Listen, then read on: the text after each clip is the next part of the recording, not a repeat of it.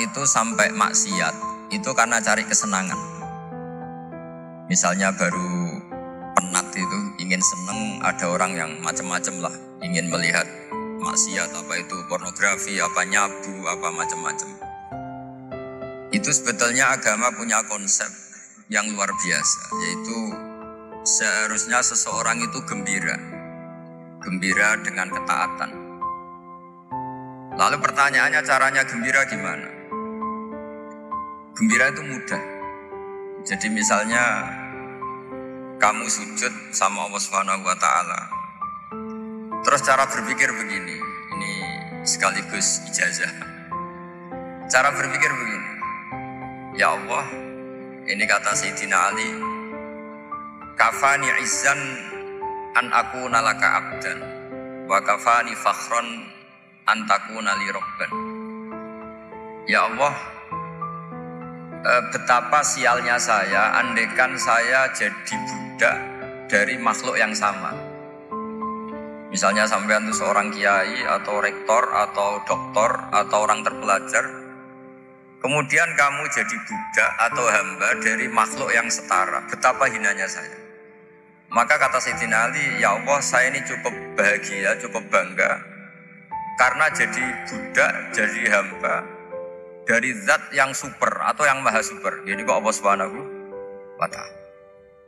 Sehingga ada kebahagiaan yang luar biasa karena menjadi hambanya Allah Subhanahu wa ta'ala. Setelah bangga dengan jadi hambanya Allah, maka kita akan malu. Malu misalnya kok saya bahagia itu nunggu melihat pornografi, melihat maksiat. Itu terus menjadi malu. Kenapa saya bisa didikte oleh hal-hal seremeh itu? Ya, kita malu karena didikte oleh hal-hal yang seremeh itu. Karena kita didikte oleh nafsu. Jadi izzatun nafsi, satu harga diri seseorang itu harus dihidupkan untuk hanya tunduk kepada Allah Subhanahu wa ta'ala. Sehingga Nabi itu melatih satu logika tarkul ma'asi. Nabi itu dulu ketika ada seorang pemuda yang ya karena mungkin pemuda ya, dia itu mau masuk Islam, tapi uniknya kata pemuda tadi, saya masuk Islam tapi asal dibolehkan bebas zina. Jadi ini agak sableng gitu. Jadi mau masuk Islam syaratnya dibolehkan apa? Zina atau free sex gitu. Karena orangnya agak hiper. Itu Nabi tidak langsung mengancam dengan neraka enggak. Ketika mau pamit gitu semua sahabat melarang. Mah itu jangan, kamu jangan suan Nabi, itu permintaan yang enggak masuk akal kan? Setelah lama ditahan terjadi kegaduhan di masjid. Nabi dengar itu ada apa itu?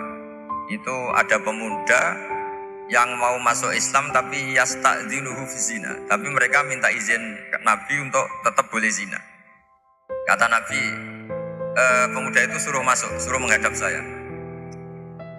Ketika menghadap Nabi, saya ulang lagi, ketika menghadap Nabi, Nabi mengajarinya itu luar biasa. Nabi tidak langsung mengancam dengan neraka atau dengan azab tunda. Tapi kata Nabi, atuhibbuhu li ummik. Kamu suka kalau ibu kamu tuh jadi demenannya orang banyak. Pondok ya Nabi, yang demen ibu saya tak bacok kan. Karena ini agak preman, di mana-mana orang nakal agak preman. Atuhibbuhu li bintik. Kamu suka kalau putri kamu ya digitukan orang-orang. Oh ya enggak Nabi, yang gitukan putri saya tak bacok. Atuhibbuhu li kholatik. Kamu suka kalau bule kamu digitukan. Atuhibbuhu li ammatik. Kamu suka kalau saudara bapak kamu digitukan.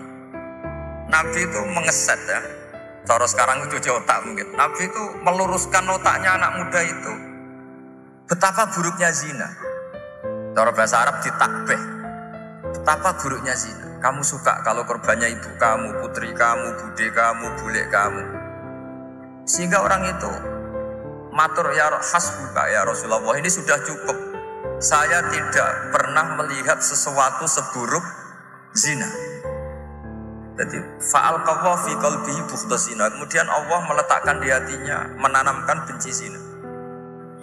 Sehingga akhirnya pemuda tadi menjadi iffah, menjadi menghindari zina.